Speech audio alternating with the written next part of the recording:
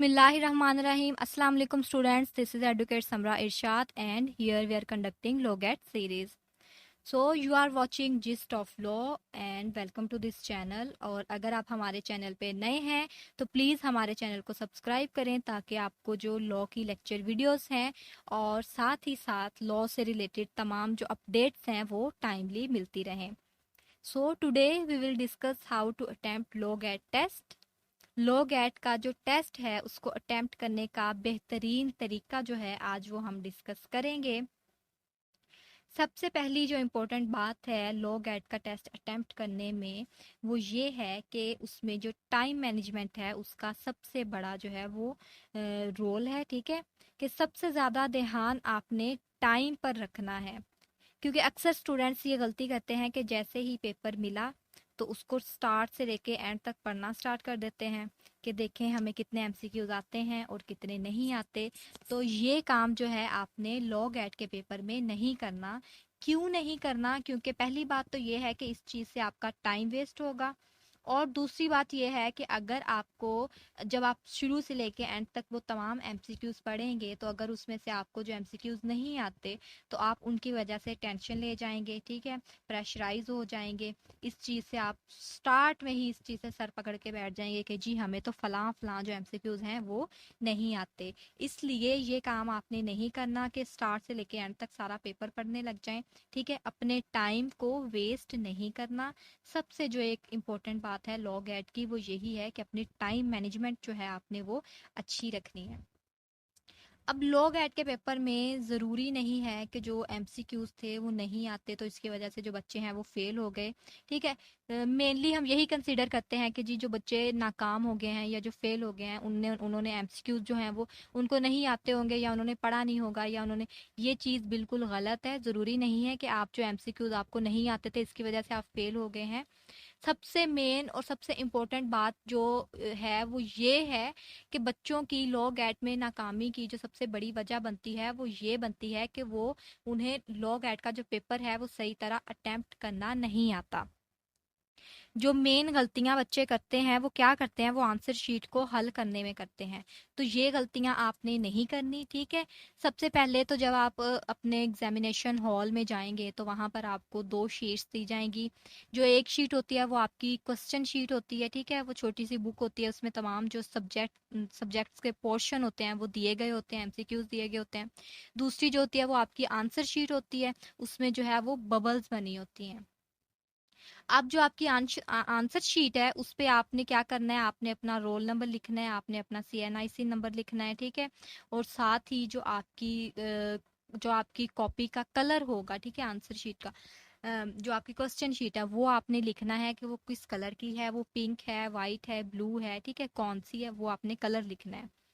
उसको लिखने के बाद आपने क्या करना है, आपने अपना पेपर अटेम्प्ट करना स्टार्ट कर देना है. अब पेपर अटेम्प्ट करते हुए आपने किन किन चीज़ों का ख्याल रखना है वो हम डिस्कस करते हैं. ठीक है, how to solve LawGet paper, कि उसमें जो गाइडलाइंस हैं, जो मैक्सिमम मार्क्स लेने के लिए गाइडलाइंस हैं वो कौन सी हैं वो हम डिस्कस करते हैं. अब सबसे पहली जो चीज़ आ गई वो ये है कि डोंट फियर. ये जो है ये मेन चीज़ है, सबसे इम्पोर्टेंट चीज़ है, सबसे अहम बात है कि आपने डरना नहीं है, आपने घबराना नहीं है. ठीक है, और बी कॉन्फिडेंट, बी रिलैक्स्ड. आपने कॉन्फिडेंट रहना है. ठीक है, करना क्या है, अपने आप पे ट्रस्ट करना है, अल्लाह ताला पे ट्रस्ट करना है, जो आपने स्ट्रगल की है उस चीज़ पे ट्रस्ट करना है, जो आपकी मेहनत है आपने उस चीज़ पे ट्रस्ट करना है. ठीक है, और जी आपने रिलैक्स होके जो है वो पेपर हल करना है. आपने इस चीज़ से घबराना नहीं है कि जी मुझे जो है वो पता नहीं पेपर आता है नहीं आता है, या टेंशन में अक्सर ऐसे होता है जो बच्चे होते हैं वो पेपर भूल जाते हैं. तो ये काम आपने नहीं करना, रिलैक्स रहना है. दूसरी बात हमारी ये आ गई कि be careful with bubble sheet. ठीक है, अब ये भी हमारी सबसे इम्पोर्टेंट बात है कि बबल शीट जो होती है उसको आपने कैसे फिल करना है. अच्छा, LawGet के पेपर में जब स्टूडेंट्स पेपर दे के आते हैं तो सबसे पहली वो बात यही बताते हैं कि जी जो एमसीक्यूज थे उनकी जो स्टेटमेंट्स थी वो बड़ी लेंथी थी. ठीक है, LawGet का पेपर क्या है, ये जस्ट आपकी एक मेंटल गेम होती है. उन्होंने आपकी कैपेसिटी चेक करनी होती है, उन्होंने आपके कॉन्सेप्ट्स चेक करने होते हैं. ठीक है, कि आपको पेपर कितना आता है. तो इस चीज़ की वजह से उन्होंने जो वो स्टेटमेंट्स होती हैं वो लेंथी दी होती हैं, ठीक है। तो आपने करना क्या है, आपने जो लेंथी स्टेटमेंट है अगर आपने एक बार पढ़ी है आपको नहीं समझ आई तो आपने उस चीज़ को स्किप कर देना है। ये नहीं करना कि आप उस चीज पे लगे रहें, बैठे रहें, सर खपाते रहें, ठीक है, कि हमने जी इसको देखना है, ये क्या है, इसमें क्या लिखा हुआ है, वो काम आपने नहीं करना। बात फिर वही आ गई कि आपने अपनी टाइम मैनेजमेंट अच्छी रखनी है, अपना टाइम वेस्ट नहीं करना। तो करना क्या है, अगर लेंथी आपका आपकी स्टेटमेंट है तो उस चीज को स्किप कर दें, आगे चले जाएं, ठीक है। इसके बाद क्या है, attempt first the subject portion which you have most prepared, ठीक है। अब ये वो बात आ गई कि सबसे पहले आपने करना क्या है, आपने वो वाले क्वेश्चंस अटेम्प्ट करने हैं, वो वाले एमसीक्यूज जो हैं वो करने हैं जो आपने सबसे अच्छे से प्रिपेयर किए हों, जो सब्जेक्ट आपको सबसे अच्छे से आता हो, ठीक है। उस पोर्शन को आपने करना है, उन एमसीक्यूज को करना है जिनमें आपको कंफर्मिटी हो, ठीक है। आप कंफर्म हो कि इसका तो पक्का यही आंसर है, तो वो आपने हल करने हैं। हल कैसे करने हैं, ये नहीं करना कि जी आपको ये एमसीक्यूज आता है तो आप जी टिक लगाते जाएं, टिक लगाते जाएं, आप कहें कि हम एंड पे जाके करेंगे, नो। ये काम आपने नहीं करना। जो जो चीज आपको आती है, जो एमसीक्यूज आपको आता है, वो आपने साथ साथ जो अपनी बबल्स हैं उनको फिल करते जाना है। ये गलती बिल्कुल नहीं करनी कि आप ये कहें कि जी हम एंड पे जाके जो है वो बबल्स फिल करेंगे। बबल फिल करना भी एक बड़ा मुश्किल काम होता है, ठीक है। उसको फिल करने में भी अच्छा खासा टाइम लगता है। एक तो यह कि उसको फिल करने के लिए आपने एक अच्छी बॉल पॉइंट रखनी है, कोई पॉइंटर वगैरह यूज नहीं करना जिसकी वजह से जो इंक है वो फैलती हो, ठीक है। बॉल पॉइंट यूज करनी है और बबल को साथ ही साथ आपने उधर क्वेश्चन शीट से आपने नंबर देखते जाना है, ठीक है। अच्छा, क्वेश्चन शीट से नंबर देख के इधर जो आपकी आंसर शीट है उधर से आपने वो बबल फिल करते जाना है, ध्यान से रिलैक्स होके। इसके बाद है, if you have doubt on any question leave it to solve at the end. फिर वही बात कि जो चीज़ आपको नहीं आती, ठीक है, वो आपने छोड़ देनी है, वो आपने कहना है कि जी मैं बाद में करूंगा। पहले वही चीज़ करनी है जो आपको कंफर्म है, जो आपको आती है।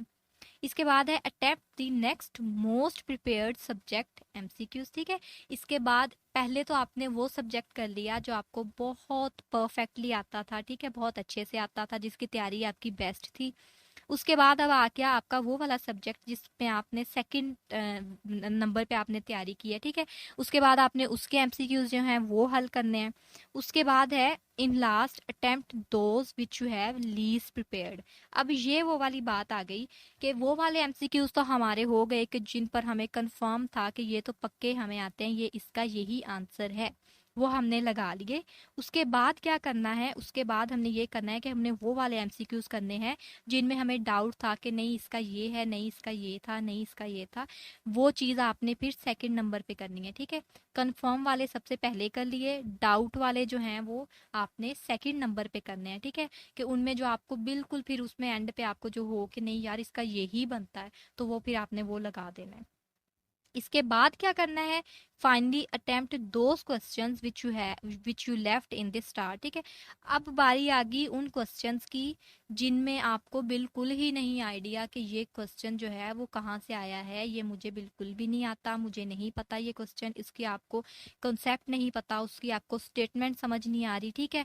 तो वो क्या करना है, वो आपने सबसे एंड पे करना है, ठीक है। सबसे पहले कंफर्म वाले भी हो गए, फिर डाउट वाले भी हो गए, एंड पे आते हैं जिनका आपको बिल्कुल ही नहीं पता। तो वहां पे क्या काम करना है, वहां पे फिर आपका तुक्का काम आता है, ठीक है। यहाँ पे फिर आपने अपने तुक्के लगाने हैं, जो भी चीज आपको ठीक लगे कि भाई इसका ये हो सकता है, इसका ये, माइंड आपने अपना यूज करना है अपनी अकल समझ से। जो चीज आपको बेस्ट लगे, जो आंसर आपको बेस्ट लगे वो आपने टिक कर देना है, उसकी जो है उधर से नंबर दे के उधर जाके अपनी जो बबल है वो आपने फिल कर देनी है, ठीक है। इसके बाद है revise all the paper and don't waste time. अब आपने कंफर्म वाले भी कर लिए जो आपको बहुत अच्छे से आते थे, फिर आपने जो आपको डाउट वाले थे वो भी कर लिए, फिर जो आपको बिल्कुल भी नहीं आते थे वो भी आपने तुक्के लगा लिए, ठीक है, कर लिए। और एंड पे जाके आपने अपना पेपर रिवाइज करना है कि आपका कोई एमसीक्यूज रह तो नहीं गया।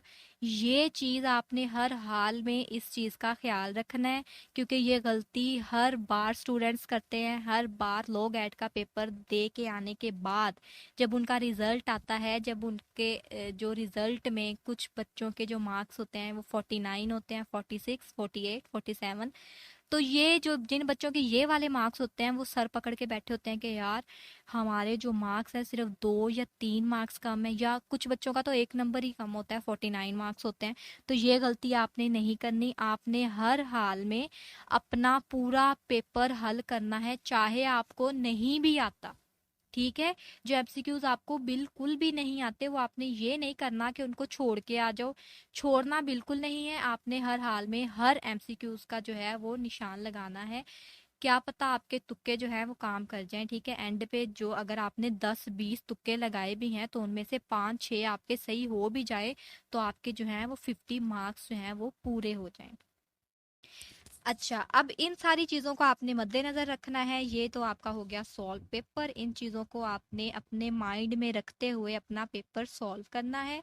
और अगर तो आप इन चीज़ों को माइंड में रखेंगे तो इंशाल्लाह इंशाल्लाह कभी भी आप नाकाम नहीं होंगे। और दुआ कर रहे हैं जो भी बच्चे जो हैं वो लॉ एड का पेपर जिनका होने वाला है, इंशाल्लाह अल्लाह ताला सबको कामयाबी अता फरमाए, सबका पेपर बहुत बहुत अच्छा हो। So hope for the best और good luck. Thank you so much.